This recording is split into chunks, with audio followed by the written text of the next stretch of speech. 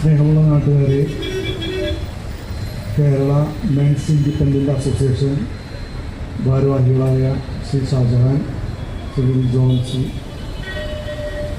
പിന്നെ ജോയ്സി, പിന്നെ ഇവിടെ വേദിയിരിക്കുന്നവർ, സുഹൃത്തുക്കൾ, ഒരു വ്യക്തി ഒരു കുടുംബത്തിൻ്റെ ഭാഗമാകുമ്പോൾ ആ കുടുംബം അതുപോലെയുള്ള ഒരുപാട് കുടുംബം ചേർന്നതാണ് ഒരു സമൂഹം.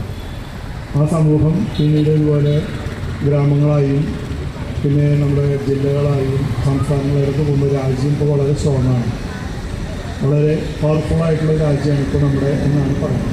പക്ഷേ കുടുംബം പവർഫുള്ളാണോ? അല്ല. കുടുംബങ്ങളെല്ലാം ശക്തി ക്ഷയിച്ച് അതിൻ്റെ ഉദ്ദേശം എന്തിനായിരുന്നുവോ അതിനെല്ലാം വ്യതിചലിച്ച് പോയിക്കൊണ്ടിരിക്കുന്ന അവസ്ഥയാണ് കാണുന്നത്. ഇപ്പോൾ ഏത് ഒരു ടൗണിൽ ചെന്ന് നോക്കിയാലും നമുക്ക് കാണാൻ കഴിയുന്ന ചില സ്ഥിരം കാഴ്ചകളാണ്.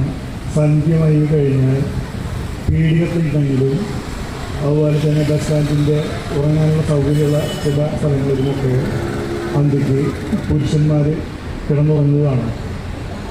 അപ്പോൾ നമ്മൾ ആദ്യമൊക്കെ വിചാരിച്ചത് ഭിക്ഷക്കാരാണോ അല്ലെങ്കിൽ മറ്റേ അസുഖം ബാധിച്ചവരാണോ എന്നൊക്കെയായിരുന്നു നമ്മുടെ ധാരണ.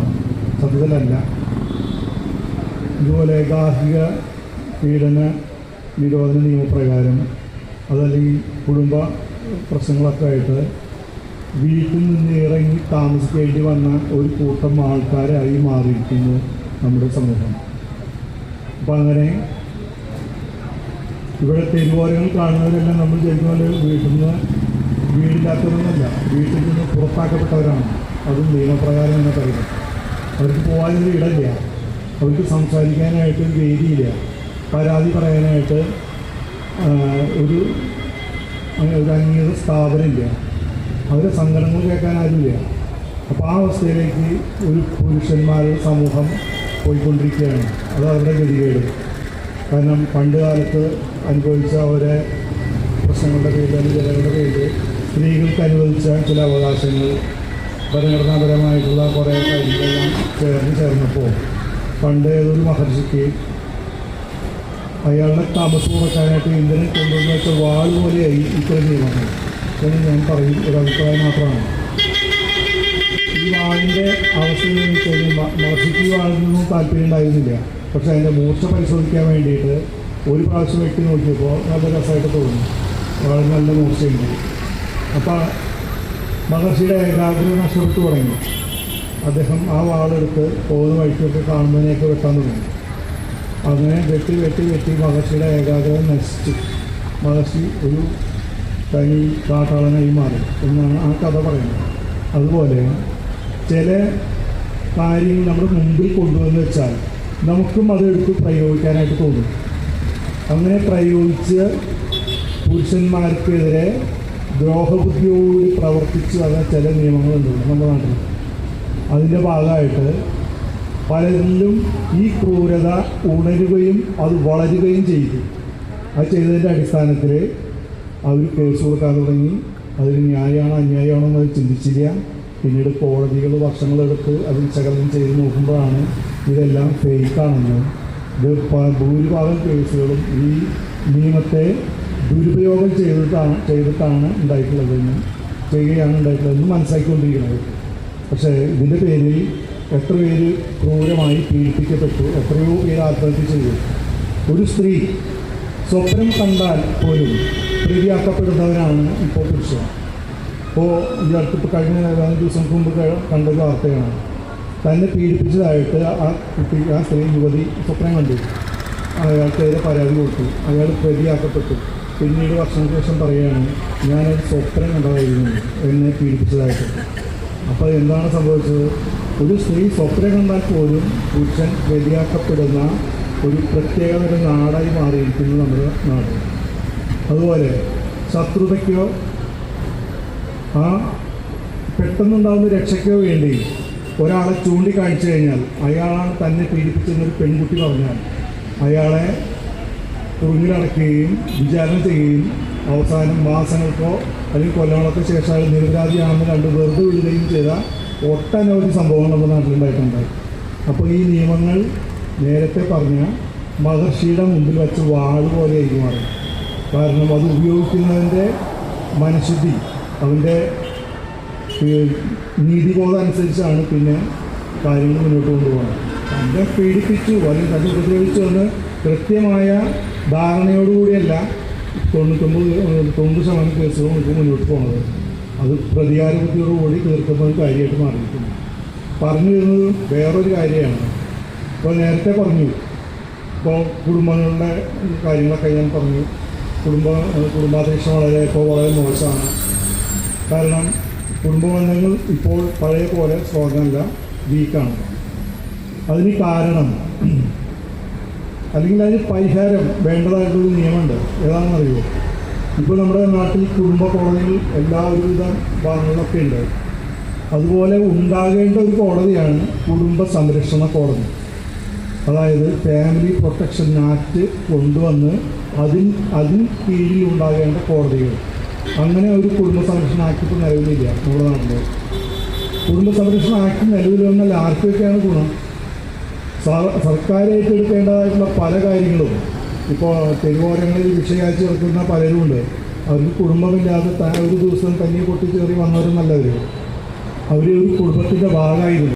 ഇപ്പോൾ ഗൾഫിലെല്ലാവർക്കും ഒരു പുരുഷാഴ്ച മുഴുവൻ വർക്ക് ചെയ്ത് അവിടെ നിന്ന് കിട്ടിയ സമ്പാദ്യം മുഴുവൻ നാട്ടിലെത്തിച്ച് ഭാര്യയുടെ പേരിൽ മക്കളുടെ പേരിലൊക്കെ സ്വത്ത് വാങ്ങിച്ച് പിന്നീട് നാട്ടിൽ വന്നതിന് ശേഷം ഭാര്യയായാലും മക്കളായാലും ഉപേക്ഷിക്കപ്പെട്ട് തെരുവോരങ്ങളിലും കേസും കൂട്ടായിട്ട് കോടതികളിലും കയറി ഇറങ്ങി ജീവിതം നശിച്ച് നാരായണക്കല്ല് കുത്തിയിട്ടുള്ള ഒട്ടനവധി പുരുഷന്മാരുണ്ട്, പ്രവാസികളായിട്ടും അല്ലാണ്ടും.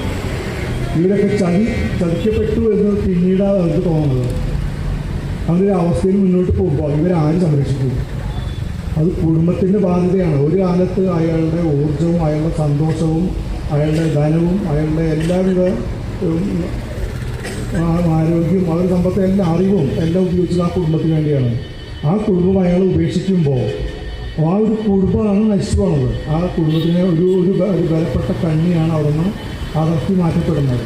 അങ്ങനെ വരാതിരിക്കാനാണ് കുടുംബ സംരക്ഷണം എന്ന് നമ്മുടെ നാട്ടിൽ ഉണ്ടാകേണ്ടതിൻ്റെ ആവശ്യകത ഞാൻ പറഞ്ഞത്.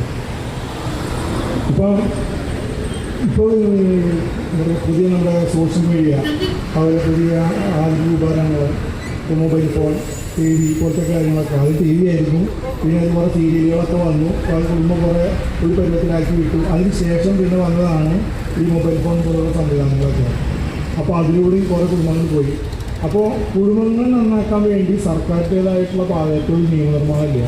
പകരം ഈ മറ്റുള്ള കുട്ടികളുടെ ക്ഷേമം നോക്കാനോ അല്ലെങ്കിൽ ഭാര്യമാരുടെ ഉപേക്ഷിക്കപ്പെട്ടവരുടെ വിധവകളുടെ ഇവരുടെ ക്ഷേമം നോക്കാനല്ലാതെ കുടുംബം മൊത്തം ഒരു ഒറ്റക്കെട്ടായിട്ട് കൊണ്ടുപോയി നടന്ന് സർക്കാരിൻ്റെ ബാധ്യത കുറച്ച് കൊണ്ടുവന്ന് സമൂഹം ഒരു ഉറച്ച ഒരു സംവിധാനമായി മാറ്റുന്ന രീതിയിലുള്ള നിയമ സംവിധാനം നമ്മുടെ നാട്ടിലില്ല. അപ്പോൾ ഞാൻ പറയുന്നത് ഒരു ഫാമിലി പ്രൊട്ടക്ഷൻ ആക്ട് നമ്മുടെ നാട്ടിൽ നിലവിൽ വരണം.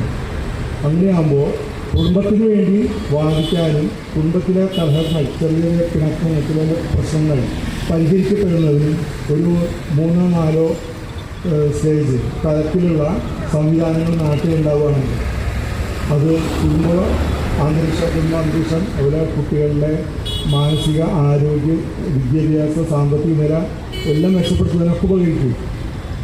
ഇതിപ്പോൾ കോടതികളിൽ പറയപ്പെടുന്നത് എന്താണെന്ന് വെച്ച് കഴിഞ്ഞാൽ ഇവരുടെ പരാതികൾ പരിഹരിക്കുക എന്നുള്ളതാണ്.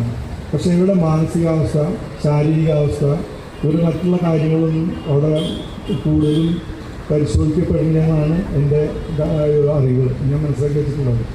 അങ്ങനെയാണെങ്കിൽ ഏതൊരു അവസ്ഥയിലാണ് പരാതികൾ ഉണ്ടാകുന്നത്, പരസ്പരം കലഹിക്കുന്നത്, ഇതൊന്നും ചെയ്യാനോ പരിശോധിക്കാനോ ആരോടെ തയ്യാറാവുന്നില്ല എന്ന് മാത്രമല്ല അത് പരിശോധിക്കാനും അതിന് പരിഹാരം കണ്ടെത്താനും വളരെ താഴെത്തട്ടിൽ നിന്ന് തന്നെ സംവിധാനങ്ങളും നിയമനിർമ്മാണം വഴി ഉണ്ടാക്കിയെടുത്ത് കുടുംബങ്ങളെ ഭദ്രമാക്കി സ്ട്രോങ്ങാക്കി കഴിഞ്ഞാൽ ഇവിടെ നമ്മൾ പറയുന്ന പ്രശ്നങ്ങൾ 90% പരിഹരിക്കപ്പെടുമെന്നാണ് വിശ്വാസം. ഈ സ്ത്രീധനം, അതുപോലെ തന്നെ ജീവനക്കാരുടെ നമ്മുടെ കുട്ടികളുടെ സംരക്ഷണം, അവർ മുതിർന്നവരുടെ സംരക്ഷണം, മുതിർന്നവരുടെ ആരോഗ്യം, ഇതെല്ലാം സംരക്ഷിക്കപ്പെടും. കഴിഞ്ഞ ദിവസം നമ്മുടെ 24 ചാനലിൽ കണ്ടൊരു സംഭവമാണ്, ഒരു കാഴ്ചയാണ്. ഒരമ്മ വൃദ്ധസദനത്തിലാണ് കഴിഞ്ഞു കൂടുന്നത്. അവർക്ക് വലുതാക്കിയ മക്കൾ നാട്ടിലില്ല, അവർ ഉപേക്ഷിച്ച് വൃദ്ധസ്ഥാനത്തിലാക്കിയിരിക്കുന്നു. അവരവിടെ കഴിഞ്ഞു പോകണം. അവിടെ ആരും ഇതുവരെ കാണാത്ത കുറേ മുഖങ്ങളായിട്ടും അല്ലെങ്കിൽ മറ്റുള്ളവരെയൊക്കെ ആയിട്ട് അവർ കണ്ട് പരിചയപ്പെട്ട് അവരവിടെ ആശ്വസിച്ച് അങ്ങനെ പോയിക്കൊണ്ടിരിക്കുക. അവർക്ക് ആഗ്രഹം ഉണ്ടാവില്ല, അവർ വളർത്തി വലുതാക്കിയ മക്കൾ അവരുടെ പേരക്കുട്ടികളുടെ കൂടെയൊക്കെ കഴിയണം, ജീവിക്കണം, അങ്ങനെ ആ ജീവിതം അവസാനിക്കണം എന്നൊക്കെ ആഗ്രഹമുള്ളവരാണ് അവർ. പക്ഷെ അവർക്കത് കഴിയണില്ല. ഇവിടെ ഇഷ്ടംപോലെ വൃദ്ധസാധനങ്ങൾ പെരുകി വരുന്നുണ്ട്, സർക്കാർ ലൈസൻസ് കൊടുക്കുന്നുണ്ടായിരിക്കുക. അതുപോലെ തന്നെ പ്രധാനപ്പെട്ടതാണ് ഈ കുടുംബ സംരക്ഷണ സംവിധാനങ്ങൾ. അത് സർക്കാരിൻ്റെ ഭാഗത്ത് ഉണ്ടാക്കുന്ന സംവിധാനമില്ല, നിയമപരമായി ഉണ്ടായിട്ടില്ല. അപ്പോൾ അത് നിയമം നിർമ്മിക്കുന്നതിനൊക്കെ നമ്മുടെ നടപടികൾ കാണും. ജനപ്രതിനിധികൾ അസംബ്ലിയിലാവട്ടെ, രാജ്യസഭയിലാവട്ടെ, ലോക്സഭയിലാവട്ടെ ഇത്തരം കാര്യങ്ങൾ ചർച്ച ചെയ്യണം. അവരവിടെ കുടുംബത്തിൻ്റെ സംരക്ഷണത്തിനായി വേണ്ട കാര്യങ്ങൾ നിയമപരമായിട്ട് കൊണ്ടുവന്ന് ഈ അലഞ്ഞു നടക്കുന്നവരെയും അതുപോലെ തന്നെ അസുഖം വന്ന് പല ഭാഗങ്ങളിലായിട്ട് ചികിത്സയ്ക്കായിട്ടുമായിട്ട് അവരോട് കൊണ്ടുപോയി വിട്ടവരെയും അവർ വൃദ്ധസാധനങ്ങൾ അഭയം പ്രാപിച്ചവരെയും ഇവരൊക്കെ അവരവരുടെ കുടുംബങ്ങളിലേക്ക് എത്തിക്കണം. എന്നിട്ട് അവരുടെ കുടുംബങ്ങൾക്ക് വേണ്ട ക്ഷേമം, അവർക്ക് വേണ്ട സാമ്പത്തികാവസ്ഥ ഇതെല്ലാം സർക്കാർ നൽകിക്കൊണ്ട് പരിഹരിക്കപ്പെടുകയാണെങ്കിൽ എത്രയോ ശാപവാക്കുകൾ ഒരു ദിവസം കോടിക്കണക്കിന് ശാപവാക്കുകൾ അവരുടെ വായിൽ നിന്ന് വരുന്നത് ഒഴിവാക്കാൻ കഴിയും. ഇപ്പോൾ സർക്കാർ വളരെ സ്ട്രോങ്ങായി മാത്രം പോരാ, സമൂഹത്തിലെ ഏറ്റവും ചെറിയ യൂണിറ്റ് എന്ന് പറയുന്നത് കുടുംബമാണ്, ഫാമിലി. ഈ ഫാമിലി എത്രയോ കുടുംബങ്ങൾ ചേർന്നതാണ് നമ്മുടെ സമൂഹത്തിൻ്റെ സാമൂഹ്യ വ്യവസ്ഥയും ഒപ്പം രാജ്യത്തിൻ്റെ ഈ ആ സംവിധാനമൊക്കെ ഇവിടെ അടിക്കല്ല് ഇളകിക്കൊണ്ടിരിക്കുക. അതിനു വേണ്ടിയുള്ളൊരു നിയമനിർമ്മാണമില്ല. സ്ത്രീകളുടെ സംരക്ഷണം എന്ന് പറയും, ഡെയിലി ആക്ട് എന്ന് പറയും, അവരെ കുട്ടികളുടെ സംരക്ഷണം എന്ന് പറയും. പക്ഷേ മൊത്തത്തിലൊരു സംരക്ഷണത്തിന് വേണ്ടി സർക്കാർ ഒന്നും ചെയ്യേണ്ട ഒരു നിയമം ഉണ്ടാക്കണില്ല. അതുണ്ടാക്കണമെന്നാണ് നമ്മൾ ആവശ്യപ്പെടുന്നത്. നമ്മൾ ഈ അതുണ്ടാക്കിയാൽ തന്നെ എത്ര നിയമങ്ങളും അതിനോടനുബന്ധിച്ചുള്ള സംവിധാനങ്ങളും നിലവിൽ വന്നാൽ തന്നെ ഇവിടെ ഒരുമാതിരി പ്രശ്നങ്ങളെല്ലാം പരിഹരിക്കപ്പെടും. ഇപ്പോൾ കുട്ടികൾ ഇപ്പോൾ വിവാഹപ്രായത്തിൽ നമ്മൾ പലരും കാണാം, ഒരാഴ്ച രണ്ടാഴ്ച കല്യാണം കഴിഞ്ഞ് അടുത്ത ആഴ്ച അവർ വീട്ടിൽ പോകും. പിന്നത്തെ മാസം അവർ കൊടുക്കുന്നത് കുടുംബ കോടതി കേസും ഇതുപോലെ തന്നെ സ്ത്രീധന പ്രശ്നങ്ങളും സ്വർണ്ണം വിറ്റതും അതുപോലെ തന്നെ കുട്ടികളുടെ ചുമതല ഇങ്ങനെ ഒരുപാട് കേസുകളിൽ പെട്ടിട്ട് ഇപ്പോൾ യുവാക്കൾ തന്നെ ഇപ്പോൾ വിവാഹമായിട്ട് പേടിക്കുകയാണ്. ഇപ്പോൾ സ്ത്രീകൾക്കും കല്യാണം വേണ്ട, പുരുഷന്മാർക്കും കല്യാണം വേണ്ട, ഭയപ്പാടോടുകൂടിയാണ് ഇതൊക്കെ നോക്കിക്കാണുന്നത്. അടുത്ത തലമുറയിൽ ഉണ്ടാവണ്ടേ? ഇപ്പോൾ സർക്കാർ ഇപ്പം ഈ ഇത്തരം കാര്യങ്ങൾ പ്രോത്സാഹിപ്പിക്കാതെ ഇതിനൊക്കെ കൃത്യമായ ഒരു പരിഹാരം കാണുകയാണെങ്കിൽ മാത്രമേ ഇനി ആരോഗ്യത്തോടു കൂടി ഒരു തലമുറയിൽ ഉണ്ടാവുള്ളൂ.